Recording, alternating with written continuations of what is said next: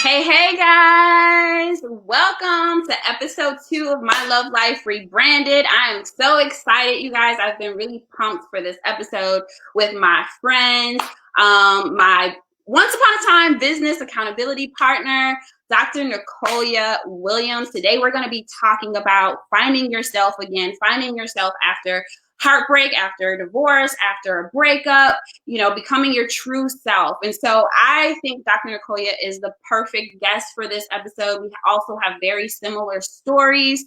And I tend to connect or draw women who have been through similar situation as mine. And so I want to quickly introduce her before I bring her in, and then we can get the conversation started.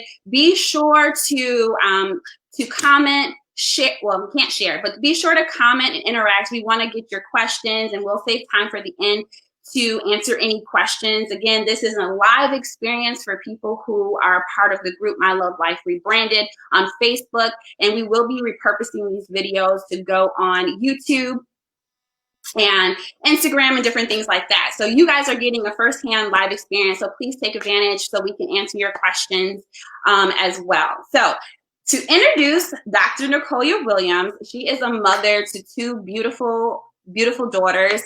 She is a personal development coach. She is a blogger for women, a speaker and mentor, and a best-selling author. Now, I don't know exactly how many books this girl has, but I know it's a lot. It might be like 10 or something, but we can clarify that. But this girl, she's pouring out. She has such a passion for encouraging and supporting and helping women become their best selves. And that's what she says. She says she loves to enjoys encouraging women to write their own stories and tell their stories and share their messages in books.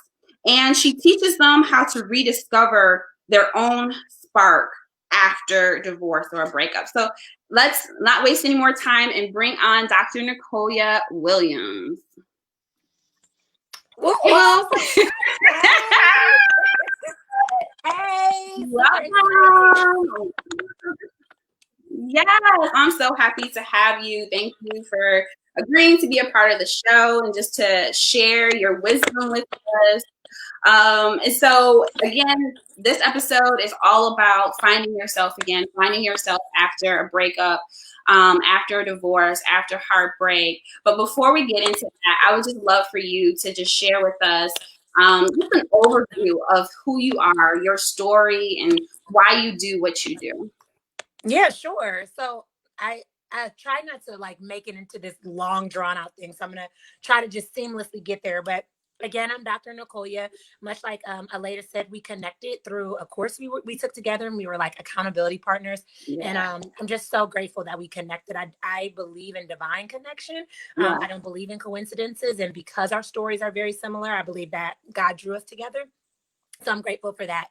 But a little bit about me is I am Dr. Nicolya. I'm a mom. I have two beautiful daughters that motivate me to really go after what it is I desire in life. I am also a best-selling author. Aleda's right. I do have 10 books as of the beginning of this month. So. Wow. I don't know how to so I am one out. Well, it's coming. I'm speaking out into existence for you. It is. So I actually started writing books back in 2016. Well, 2016 is when I came up with the idea. I first launched in 2017. And then from there, I started to just connect with powerful people with powerful messages and got really inspired to help people really share their story with the masses. And there were a lot of different things about like childhood abuse or divorce or financial problems or things like that. And I got really passionate about it. During this time, or during these couple of years, I also myself went through a very traumatic experience with my own divorce and really had to adjust to how I was supporting people. So I still support people with sharing their stories, but I also share my story to help people know that they can heal after a toxic relationship, a toxic marriage, things like that. Because again, I had a pastor tell me a long time ago, and it really resonated with me really deeply, but he said that someone's breakthrough is tied up in the testimony you're unwilling to share. And so Yeah. every time that, resurfaces, I always remind myself that there's a story, there's a reason that I went through what I went through. There's somebody that can be blessed by what I went through. And more importantly, there's somebody that can also be blessed or learn from what other people go through. And so that's why I have kind of both aspects of my business where I coach on like healing as well as the book writing, because I feel like all in all, they tie together. Yes, that's so awesome. And so today we want to focus in on finding yourself again after going through a Yeah. toxic relationship. And so let's talk about that a little bit. So, and hey, Lori, I see you in the comments. Thank you for the love. Lori was also part of our business coaching program. So happy to have you here, girl. So tell us a little bit about when you came out of your divorce, and I can talk about it as well, but let's like just have a conversation. Like, how did you feel? Like, did you feel like you lost yourself? Like, who were you when you came out of your divorce? Like, so if I can just be totally transparent, I had like a little high school sweetheart that I dated forever. And then we broke up right when I went to college. And then I met my ex-husband right away. So I had never, for all intents and purposes, been in a serious relationship. So I met him when I was 20 and we stayed together for 11 years. So that was all I knew. I also had my oldest daughter really young.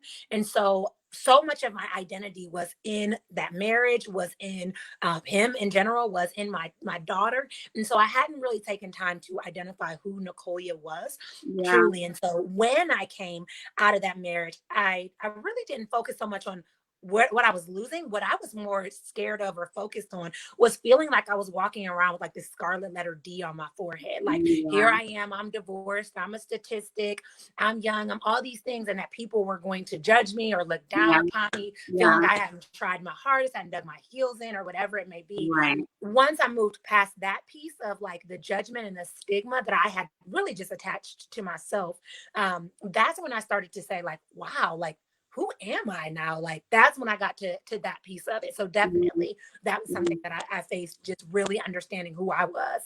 Yeah, that's huge. Actually, and I felt very similar because I was very intentional. I had a lot of relationships before I got married, so that's a little bit different. I was a little bit like, back in the day.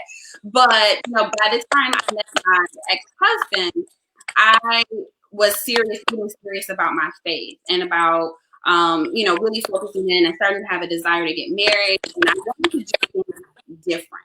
From what I seen growing up. So I was very intentional about it.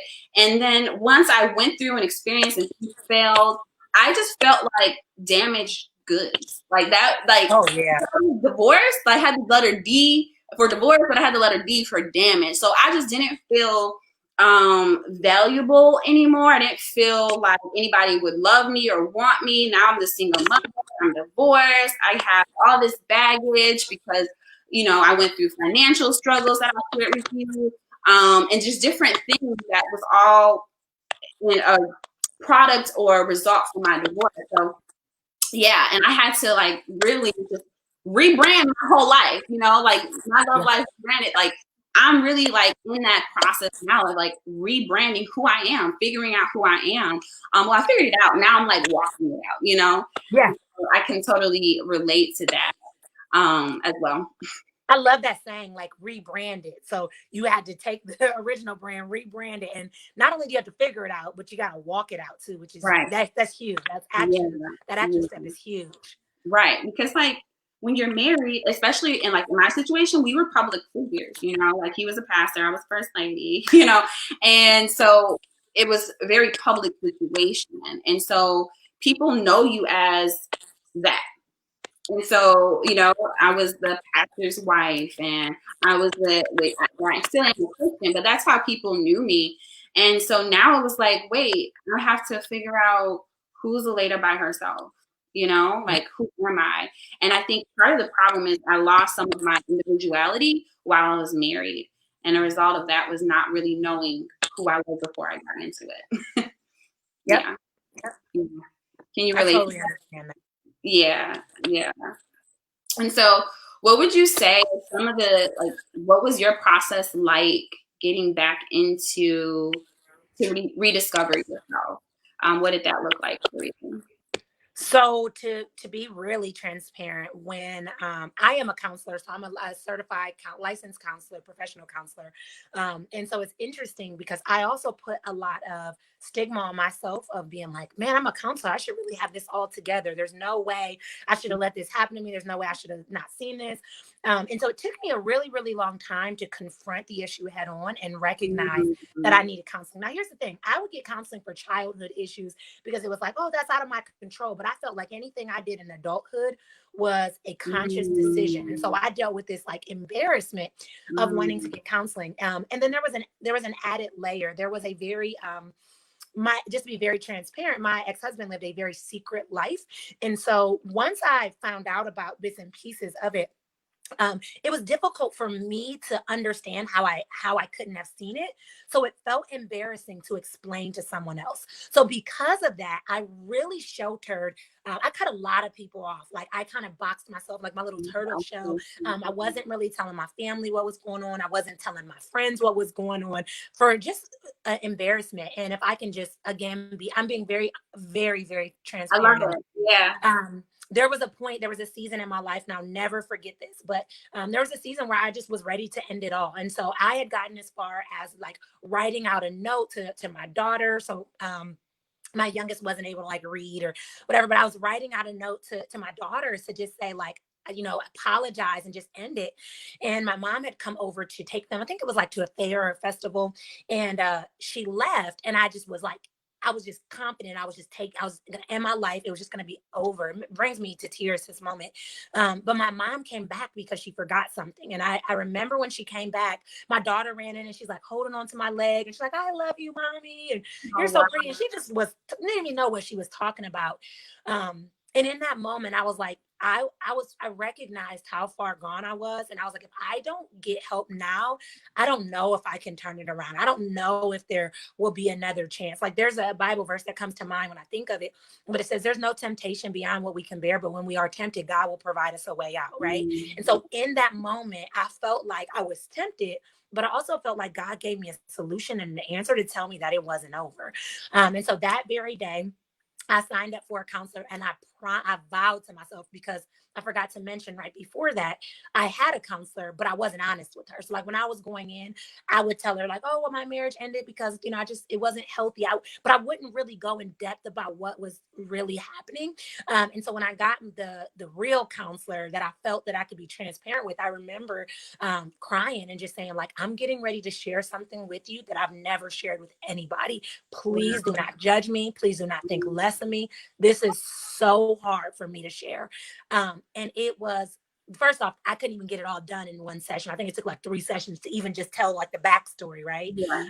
But I felt so much lighter, and I knew that I was doing exactly what God had called me to do, which was be honest, which was share my story. Because what I had done is the choices that He made, I had worn those like they were decisions that I needed to be apologized for, like they were decisions that I needed to take accountability for. And once I released that and I recognized that that wasn't my place, that wasn't my burden to bear, it was just a very freeing, very light feeling. Wow, that's so beautiful. You said so much. And so you said so much. It's good. It's good.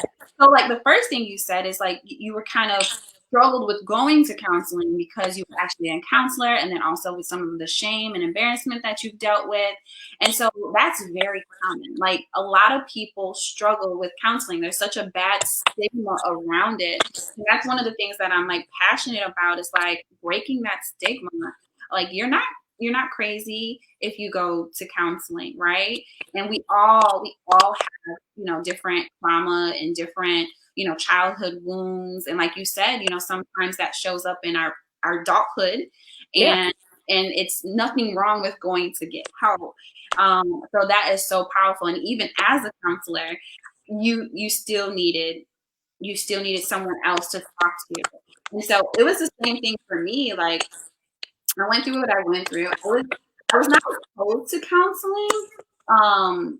I was never opposed to it, but I've never done it before prior to my divorce. And so I initially also went to someone, and it was kind of more like just venting. I just felt like I was just venting or just talking. But I guess it was more like talk therapy. She didn't really help me dig deep. And then I took some time off of it, away from it. And I made a lot of mistakes, a lot of dating mistakes. and right back up where I'm like, I still need some help. And I actually found a counselor who was able to really help me go deep and really deal with some real issues. And it really helped me realize why I made the decisions that I made, even getting into the relationship that I got into with my ex-husband, and then also some dating relationships. It just made my whole story make sense. And it's really a beautiful process once you can learn to embrace it. And so a part of that, you also was just very transparent with what you went, like where you were, the state that you were in. And a part of that is just really learning to embrace your story, embrace your story, and just understand, like, we're all human, we all can make mistakes. And yeah. So embracing your story, that sounds easy, right? But sometimes it's actually really challenging. You can listen to somebody else's story and be like, wow, they're so strong, like, because even I know parts of your story and I'm like, man, she's so strong. Parts of my story, you're like, she's so strong, but when you're actually living it, it doesn't always feel that way. Right. So that is probably one of the hardest parts of it, is actually to embrace it and to confront it. Yeah. And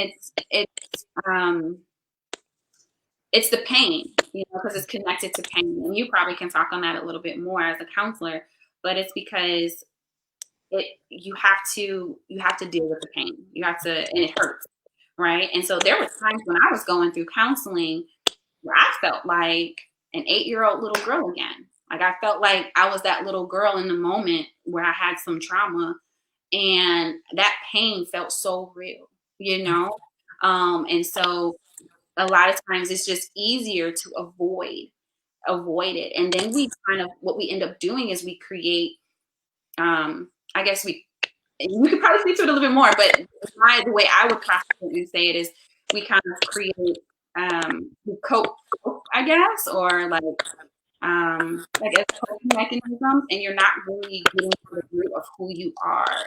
And so it's like all that stuff that we've dealt with, the heartbreak, the divorce, all that, is like, it's just like dirt thrown on you. But when you process all of that and you start like cleaning and dusting these things off, you really see who you are. You really see the treasure underneath it all. So it's funny you say that, because I actually use a cleaning analogy when I explain it.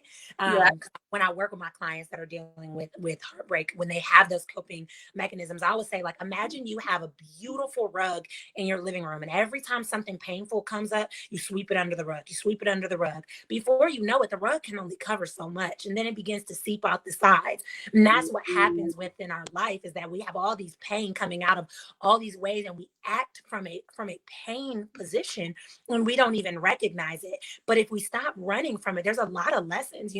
I always say triggers are our teachers. When you're triggered, that's an opportunity for you to be learning something. Like, what can I learn from this? What can this trigger teach me so I can advance? But if we're constantly running from it, because it's painful, all we're doing is delaying the inevitable, right? We're just delaying the pain. I see that a lot of times when I work with my clients after their divorce or their breakup, they rush into another relationship because it feels like it covers that boo-boo or that wound, right? But in reality, all it does is just delays it just a little bit longer. And so if we can face it head on, if we can confront it, then we can start to make those shifts and changes that we need, coming up with healthier coping skills, coming up with better ways to think and behave. And then we put ourselves in a position to truly heal, not that fake healing, not that social media healing and facade healing, but like true healing. Yeah, that's beautiful. And that's what we want to get to, is like really discovering who you are. And so what I realized once I embraced the process, I was like, wait a minute. Like, I started to realize, like, there's a whole part of me. There's like a person, like so in my marriage, and I don't know about like specifically within your situation, but my marriage was really centered around him. And you know, because of some of his spiritual and biblical beliefs, you know, it was like the woman is the helpmate, you serve me, and you know, it was kind of controlling in that sense. And in order to keep the peace and to stay happy, and because I dealt with some codependency issues, um, it I just went with what he wanted, you know? And so in that process, I lost myself. I didn't know myself to start with, but even more, what I did know, I lost in the marriage because of the dynamic, you know, which is very unhealthy. So coming out of it, there was things that I was like, wait a minute. Once I started to heal, I was like, wait, this is a beautiful opportunity for me to really discover who I am and really be and do everything that God has called and created me to do. And once I hit that place, I was like, let's go. Like, if he can, let's go. There is nothing. Yes, I love it. Yes, there is nothing or no one holding me back at this point, not even myself. And I felt so free to be me. But it took 2 years of being intentional about healing, making mistakes. So, yeah, can you relate to that at all? It's funny because a lot of people feel like being single is a curse, but you touched on it. Like it's a beautiful opportunity for you to really discover who you are. I think that we see so many people in relationships, and relationships don't equal happiness. You have no idea what goes on. I mean, a month before my divorce, I was posting pictures of us in Florida. Like, you know, like people have no clue what's happening behind closed doors. And so, and stop looking at being single as a curse or that you've done something wrong. But like you said, it's a beautiful opportunity for you to really hone in and discover, like, who am I at the core? What do I love? What do I have to offer myself? How can I take care of myself? Because when you find that right person, they compliment you, not complete you, right? They compliment you because you've already felt whole and complete, lacking nothing from God. You don't need somebody to step in and complete you. You need somebody to just add to it, you know? Right. So, yeah. Exactly. And that's what, you know, I feel like a lot of relationships fail because people aren't whole getting into them to start with, right? It's like two broken people coming together and trying to make something work. And you need two whole healthy people to get in to start a relationship. And like you said, like relationships are just an addition, right? And it's not a curse. Like I feel like that's common, like in the church. A lot of people, you know, they look to like, you know, certain leaders, or I don't know where that comes from. I didn't grow up in church, but I get that vibe. Like, what's wrong with you if you're single? There's a stigma. There's a stigma for sure. Yeah, especially once you hit a certain age, you know, once you hit like 30, it's like, okay, now something really gotta be wrong with you, you know. And I'm 34. It is what it is. I'm 34. And look, I am happy. I'm dating, but I don't need a relationship to complete me or make me happy. Like I can actually say now, as I'm dating, I don't want to rush. I don't want to rush. I want to really get to know you. Why? Because I'm happy, I'm whole, I'm content with myself. But now that I know my purpose, now that I know who I am, if someone comes along and they match that, and we can come together and make a team and like really magnify and amplify that, okay. But until then, I don't need you. You know, I don't need a relationship. Yeah. Yeah, 100%. Absolutely. So what would you say is like some steps, like what advice would you give a woman who, you know, maybe is fresh out of a relationship? She's alone, she's feeling lonely, she's trying to figure out how to move forward. What advice would you give her to begin to find herself again? I would say, one, stay rooted in Christ. Understand, like, now we are made in God's image, so you don't have to look for all of this external validation or reasons to believe that you're or reasons to believe that you're not valuable.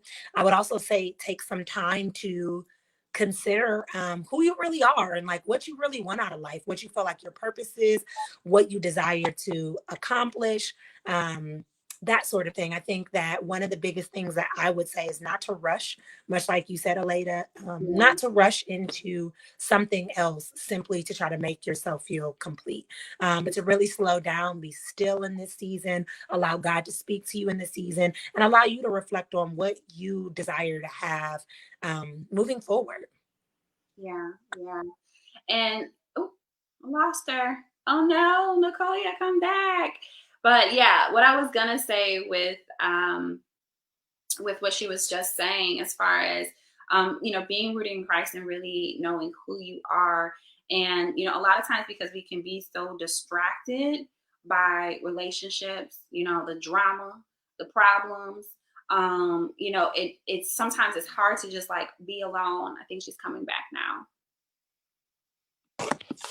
Welcome back. I don't know what happened. That was so weird. I was talking to myself and then the thing popped off. I get too excited, feeling the spirit move and just talking and talking to myself. No, we're fine. No, it's fine. It's probably the connection. But yeah, you touched on before you got kicked off. And I'm hearing like some audio crackling. I'm not sure where that's coming from either. Jeez, I don't know what's going on. No, that's okay. Do you think it's your mic? Because I hear it when you talk too. Do you hear it when I talk? Mm-mm. Yeah, I guess I just hear it when I talk. I don't hear it now, though. Okay. We'll move forward. Maybe. I wonder if it's your mic. It sounds like a mic. Okay, I don't hear it right now. Okay.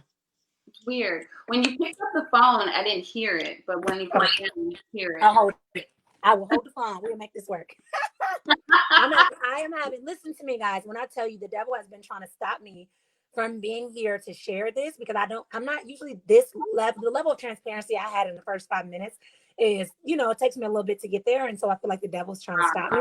So I'll hold the phone. I'll do what I need to do to show up the way God needs me to show up. So. No, it's all good. I'm just trying to test it. Yeah, I think for whatever reason that's fixing it, the audio. Okay. I don't know.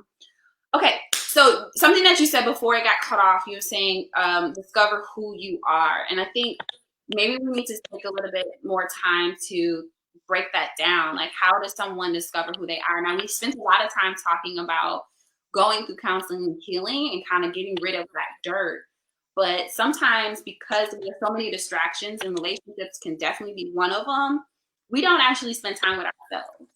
And so I had to live. One of the things that I learned is like to really be alone with myself. And that was hard at first, especially to being a single mother. It was kind of like a blessing in disguise when I'm with co-parenting. So there was times when my daughter would be with her father, court ordered, and I would be forced to be alone, and so initially that was hard because I kind of was like codependent and I like to have somebody. But once I actually started to be alone and get to know myself, like you can get to know yourself. You can start having conversations with yourself. And so I know you are like a heavy journaler. That's something that you do. I'm like, I love to pray. I talk to God. I love to read. It's like anything else that you can add to help women get to know who they are. Yeah, so I actually use a technique called anchoring, and it's a neuro-linguistic programming technique, basically the way our brains operate. But the neat thing, I'm going to try to not sound super scientific with you, but the neat thing about our subconscious mind is our subconscious mind doesn't really know the difference between something that is fake and something that is real. So if I told you to close your eyes and imagine yourself walking into your kitchen and grabbing a lemon and putting it into your mouth, you could walk through that whole scenario and visualize it in your mind, because your subconscious mind remembers things like pictures. So one thing I do when I pray, I also kind of lay out what I would like. So I really allow myself to visualize that, and I allow myself to go there so that it looks almost like something that I want to accomplish. And I put myself to the task of like, what position do I need to be in to get there? So a very real example is like when I was writing my first book, I would always say, I, Dr. Nicolya, am a best-selling author. So at the time, I wasn't a doctoral student, let alone graduate. I wasn't a best-selling author. I didn't have anything written on paper. But the more I told myself, the more I started to say, what does a best-selling author act like? What does a doctoral student act like? And so I applied that same concept to my healing practice. So I anchored what feelings and behaviors I needed to be healed. What does a person that's healed and whole behave like? What does a person that's healed and whole think like? How does a person that's healed and whole respond to certain situations? And I operated in that regard, and I anchored that lifestyle as if it was already my reality. And here's the thing, I'm human, so there's still times I don't respond like a heal and hold person. There's still times I don't think like a heal and hold person, but I still always go back to that at the root and ask myself, how can I come back to that? How can I anchor that? How can I stay grounded in that? Because that's ultimately where I desire to be. And we don't learn things by like accident. We learn things through believing in ourselves and really like acting it out, behaving it out. Like you said, you can't think it, you gotta walk it. Yeah. So I thought it, but then I had to also walk it. So that was huge. And it kind of goes with the church. If you want to connect it to the church, it's like speaking things into existence, right? The things that we desire, we speak that over our life. We speak that into existence. We speak it into fruition. And it's the same concept. Yeah. And that's good. So one of the things that I know I did at one point is there were a lot of promises, so you said initially like we should stay anchored in Christ. And so, I did have a relationship with God, and there was things that he was revealing to me, and I received prophetic words and just different things and promises that I knew God was revealing to me, and things that he was saying about me that I didn't necessarily believe about myself, but I kept revisiting those things. I had a lot of prophetic words recorded, so I would record them, I would play them back. Or, different things over the years from journaling. I would go back to what God said to me, what he said about me, and try to just realign my thinking with that. Like, okay, God, this is your promise. This is who you say I am. And yeah, it was like a big part of my journey. It was very encouraging. I guess. That's such a good idea, because there's so many times we hear prophetic words and we hear it and we walk away and we're like, we feel empowered in the moment. And then 2 days later we forget it. And I'm speaking to myself personally, like I can't even like there's two that stand out to me very strongly, but other than that, I know I've had more than that. I don't remember them. So that's so powerful to hear that and then write it down and then anchor that. Like, God, you promised this. Like, how can I behave this way? How can I walk in alignment with that? How can I receive this? That's huge. I love that. I love that idea. Yeah, like my church that I go through, it's a very heavy prophetic culture, so they do teach you to record it or write it down, and that's why, so you can revisit it and you can hold God accountable. Like, okay, this is what you said. This is what you said. Now what? What do I need to do? And then God can begin to speak to you in prayer and help transform you, whatever is needed to get you to that place. And so that's I love that. Yeah, that's something that I've done a lot. I've done a lot, and it's beautiful because also you can go back over time and be like, "God, you did it! You did it!" And so now I feel like I really am. Like, more recently, one of the words that I got was like, "I'm going to go through an awakening," and that different things I'm going to do with women and how I'm going to write different things. And it's like, oh my God. I'm seeing it all come to pass now. I'm seeing it, and I don't have to strive. God is just opening up those doors, and paving the way for me. But that's also because I did the work necessary internally to be positioned or ready for what God is calling me to do. Yeah.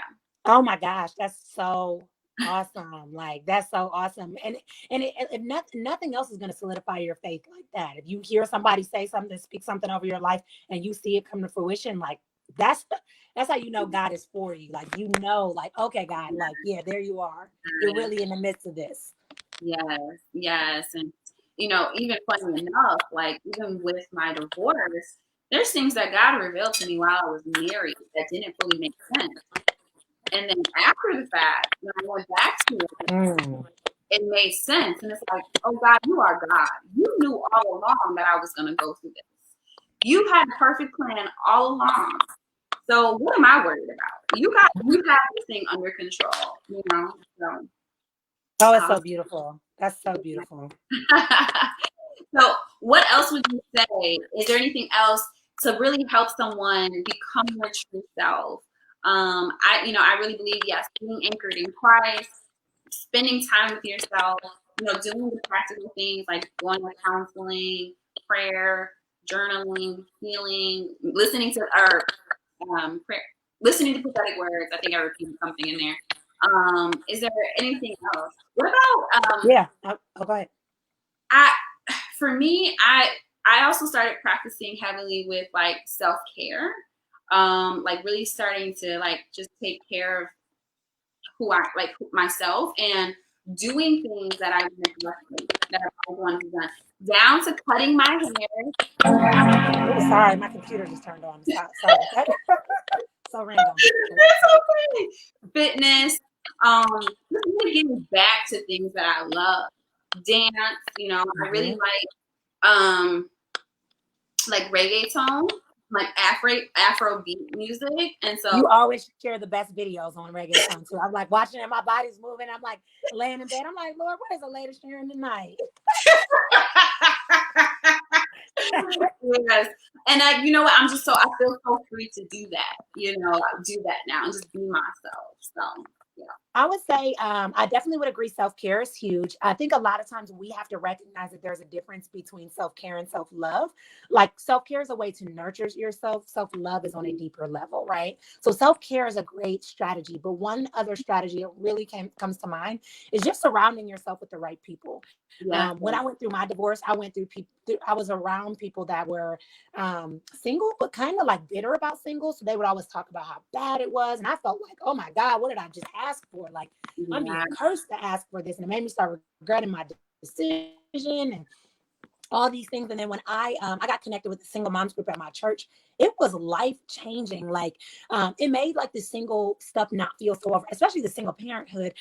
We do activities together. We do like bowling, well, outside of Corona, but like bowling with our children, and we pray together, we fast together, we do like a lot together. And so just having a group of powerful people around you is so huge. One of the things that I've done in working with my clients is created an accountability support group for that reason, because I think a lot of times when we as women go through a divorce, we feel like nobody understands us, and it kind of comes off that way. And so just having those right people in your corner to love on you, to support you, to encourage you, to pray for you, to believe in you, is life changing. I mean, absolutely life changing. And that's a big point. And for me, because a lot of my friends that I have prior to marriage, we were single at the same time, but it was like we all tried to get married and have kids around the same time. And then I'm the first. Well, I'll say I'm not gonna say first. Say you're the only. Say you're the only. Don't wish that on them. I'm the only one that has gone through divorce, and so it put me in a weird position because I'm like, I don't have no single friends, like really anymore, and all my friends were married with husbands and kids, and so the only time we would really get together is when there's like a play date situation. And so I had to begin to cultivate new relationships. And it's really good to do that because and connect with people who see who you are and can support who you are, like who God intended for you to be, and encourage that, help cultivate that. So that's really a huge point. I agree as far as community. And you can find people that are married or single that mean well for you. Like I have a friend that is married, and she really encourages me probably better than half of my friends that are single. Like, like some people just have, they just know, you know who you need in your corner, but finding those right people is huge. Yeah. And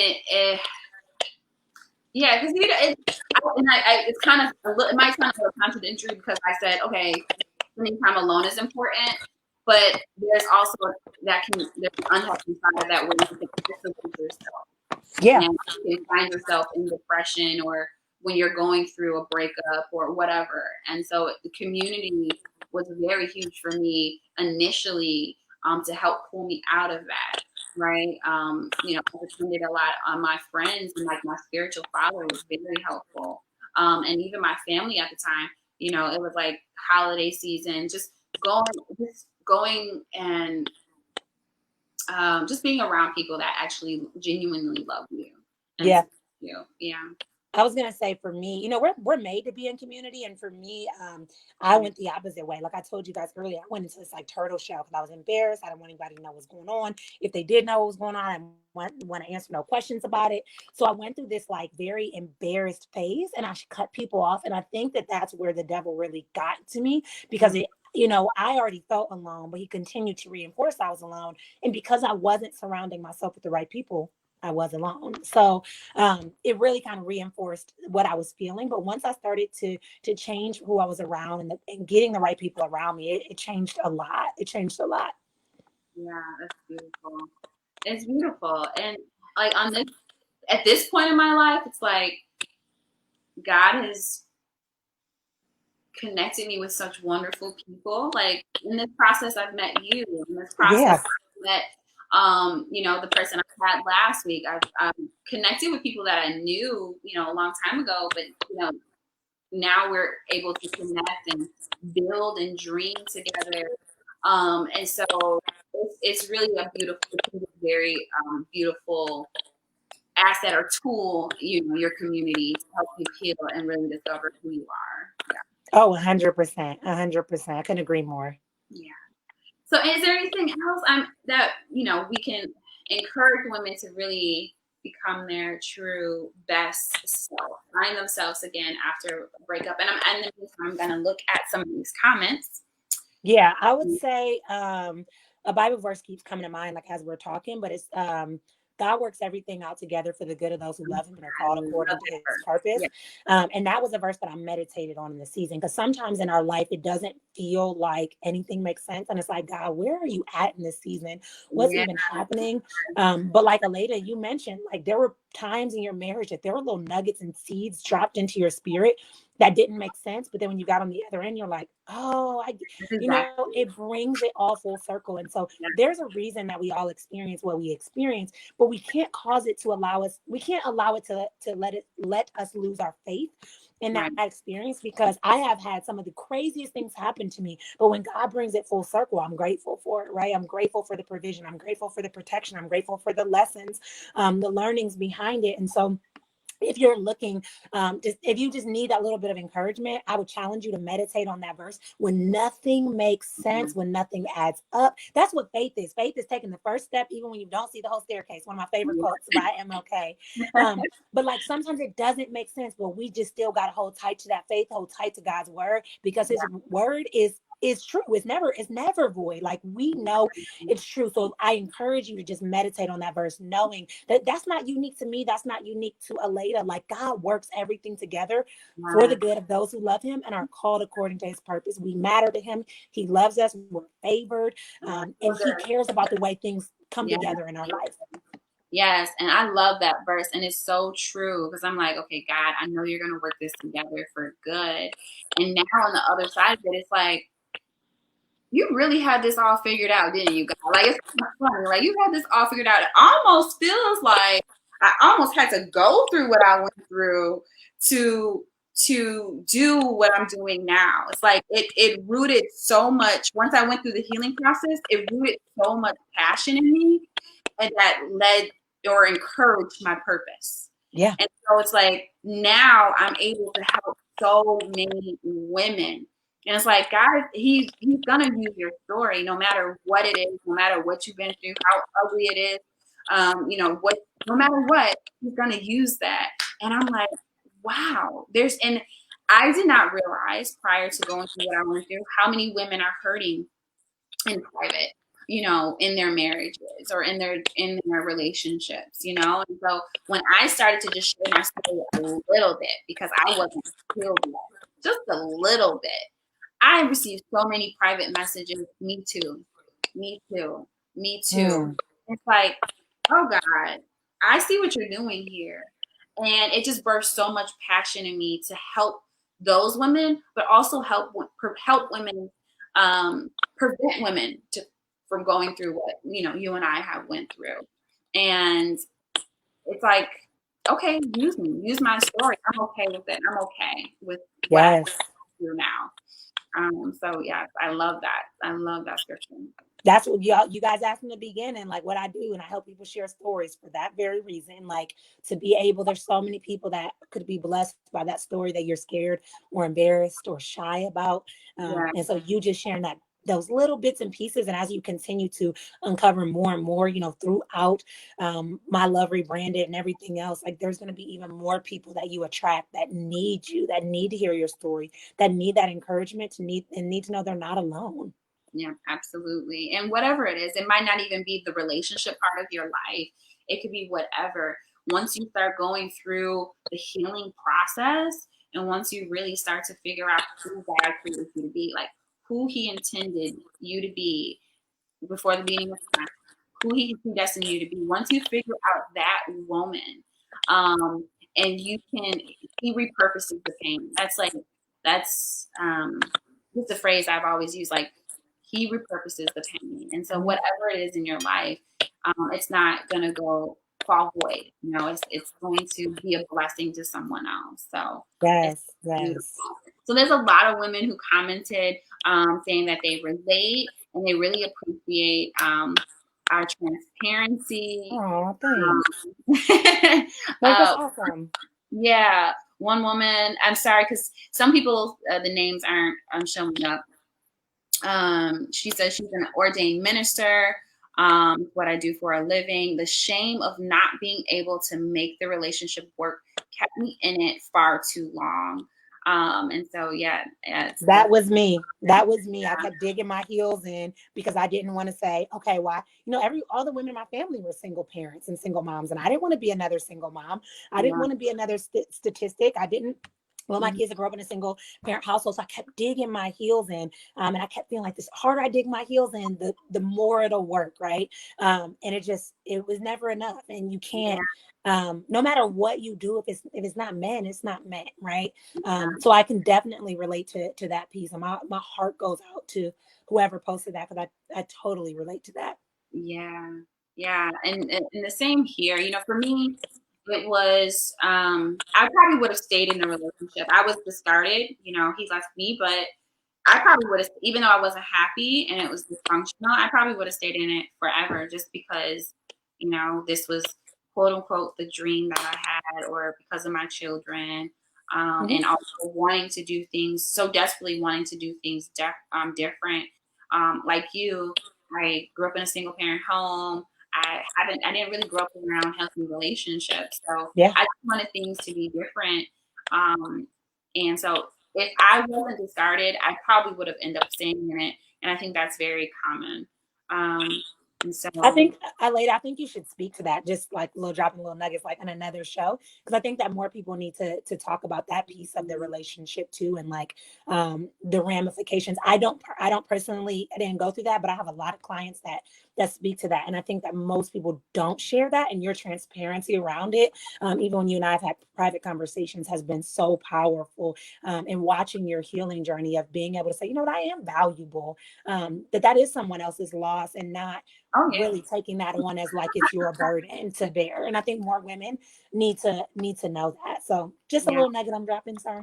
Thank you. No, I appreciate it. And I'm definitely, I do want to put a poll or something in the group to really see what, the women need and what direction I should take the show, not just put things out there based on my own personal experience. But I definitely think that's needed. And then also, I was thinking about, like, you know, marrying the wrong person. Sometimes people, especially because of their religious beliefs, like have a very hard time with divorce. And, um, sometimes it some people might not agree with me, or I might give you up for this, but sometimes you can do more damage staying in a toxic Oh yeah. relationship instead of trying to force this thing to work. And on the other side of it, I am extremely grateful that Mm-hmm. I'm out of it, because I'm like, I would not be who I am today. I would not be as happy as I am today. I wouldn't have the peace that I have today. I wouldn't have the love that I have today Mm-hmm. if I would have stayed in that situation. And so I can actually thank my ex. Thank you for leaving me. Thank you for breaking up with me, because we weren't meant to be. Let's see what else we have here. If anyone else, if you have any questions or thoughts, please drop them in the comments. What looks like strength outwardly, here, I'm gonna throw this one up on the screen. What looks like strength outwardly can feel like you are falling apart on the inside. Oh, that's good. So true. I can't tell you how many people would tell me, like, man, you just got it all put together. You're handling it with such grace.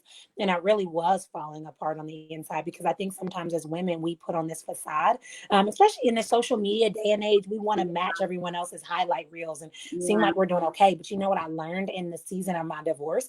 I never forget, my pastor, he said, hey, how are you doing? And I said, I'm good. He said, you don't have to say you're good if you're not good. And that was so huge for me, because I think that we get so accustomed to saying that, but it's okay to say, I feel like I'm falling apart. I feel like things aren't making sense. I don't feel so great. And really making sure that you're getting the help that you need, because it's great to cover up on the outside. But if what's going on the inside is toxic or unhealthy or unstable or up and down, you got to heal that before you can heal anything externally. So thank you for that, because and honestly, sometimes it looks like, and to add a little caveat, sometimes it looks like you're falling apart when you are really building your strength. When I went through therapy and really peeling back the layers, I had to go to the root of it. I had to go to my childhood. I had to go to just a lot of different things. I really genuinely was falling apart, but it was falling apart with the intention to build up stronger with a better and more stable foundation. And so sometimes you do fall apart to be able to build that strength again that you need. Yeah, and I don't know if it was last week, but I recently heard a quote: sometimes you're not falling apart, you're falling together. So you're falling, but eventually, like, you're gonna land, and you're gonna be together. And so that's definitely it's definitely the case. And sometimes, even though as much as we try to everything is all together, like you attract like out of the heart the bar speaks, like what's in you is going to come out, no matter what. What's in you, the saying is, what's in you abundantly will come out of you eventually. Yeah, oh, that's a good one. You have some good quotes. I might use that one. But that's not mine. That's something that actually I think my pastor said somewhere, but it's true. It's exactly what you're saying. Yeah, it's like, if it's in you, eventually it's gonna come out of you somehow. And so I didn't even know, like, when I was in my relationship, I wouldn't have thought I had issues, right? I did. I had some undealt with issues. I wouldn't have thought that, but it's still, because it was undealt with, unresolved issues. It still affected how my life looked in the end of my relationship. If that makes sense, I don't know. Yeah, totally. Yeah. Totally. So yeah, I think it's just so much more easier to be just transparent, to be vulnerable, to be honest with yourself in a safe space. You can't always, just put everything out there for everybody, but within a safe space and community, I think it's just so much easier. It's just so much easier. I want to add to that too, because a lot of times I just did a lesson for my clients, and I talked about the difference between support and sympathy. So a lot of times when we're hurting, we seek sympathy. We want to play victim. We want to be like, oh, well, it's me. You want people to validate that what you experienced was hard. And so sometimes I'll see women that get on social media, and they'll want to share their story, because really they're hurting on the inside. They want to get it out there, but that's not a safe space. But when you step into a safe space, the difference is they're not going to, they'll definitely comfort you, like a counselor would comfort you, a coach would support you, but they're going to give you tools to start supporting yourself to move into the direction of success and healing, right?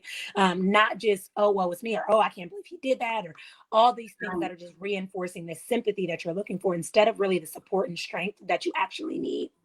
And that's a good point that you bring up too as well.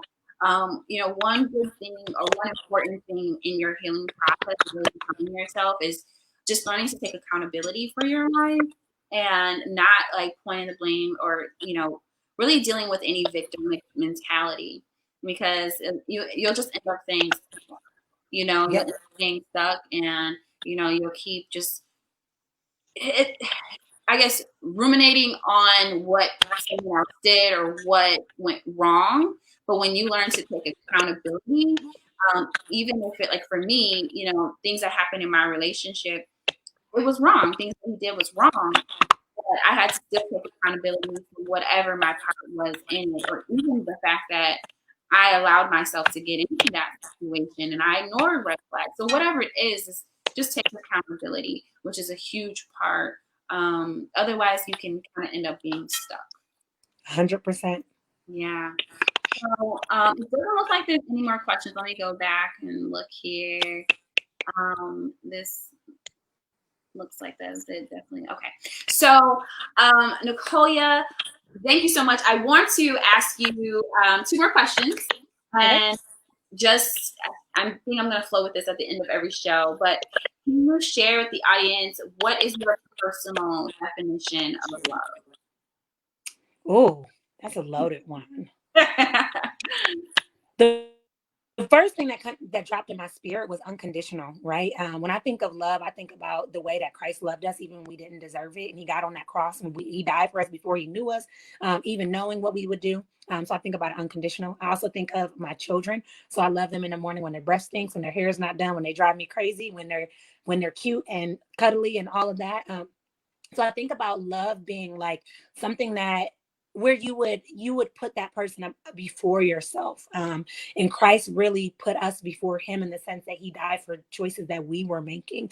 As parents, we put our children before us. And so those are the things that I would say come to my mind. It's just that unconditional component of no matter what happens, no matter what life throws at you, you still feel that deep in your core, where you think about that in the morning, you go to sleep at night, you just know love is just a feeling that you just know it's there. So yeah, that's how I would describe it. Yeah, and it's not something you have to work for, or you have to. I can't hear you. Did you mute yourself? No, I'm here. I hope. Hello? Oh no. Hello? Oh my gosh, I can't hear you. I don't know what's going on. I can hear you fine. I'm not sure. Oh, I lost her again, you guys. But that's okay. She'll probably come back. But that's almost the end of the show. I hope she does come back so she can share with you guys where you can connect with her and find her. She's doing a lot of great things. Here she comes. Can you hear me now? Yes. I don't know what is going on. It just said that something else was using my mic. And I'm like, I don't even know it's using my mic. I have all the apps closed out. So sorry. Okay. The last question. I apologize. That is totally okay. So yeah, I'll go ahead and jump to it. The next question I do just want to ask, how can people follow up with you? Is there anything that you're currently doing? And just feel free to share with the audience. Yeah, sure. So you can connect with me at Nicolya Willams across the board. So any social media platform, I'm Nicolya Willams, Nicolya Williams. My website is also NicolyaWilliams.com. I try to make it easy so you guys can just find me across the board. I have a podcast, which is the Dr. Nicolya Show. And then currently I am working on launching a one-on-one program about really truly healing and shifting your thoughts and beliefs about your life and your perspective. So like your goals, your desires, things like that, because I think that a lot of times when we have situations in our life that happen to us, it's difficult to truly recover ourselves. And then when we do recover ourselves, we still have those things below the surface that tell us we're not capable of accomplishing goals, maybe because we're a single parent, or because now we're unlimited income, or because maybe you've tried something and you failed.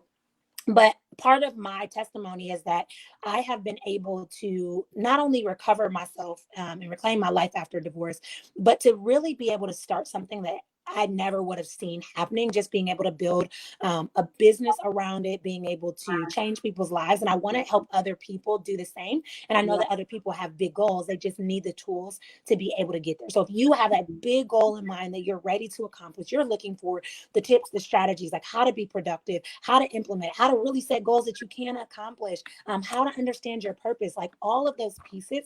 I'm working to help people take it from, point A to point Z without the overwhelms, making the process seamless. So you can definitely do that through you can connect with me through DM, and we can talk about kind of where you're stuck, where you'd like to go, or you can connect with me on any of the social media Yeah, platforms and be as sure to well. send me any links that you have. I can put them in the comment section or the description section on YouTube. Okay.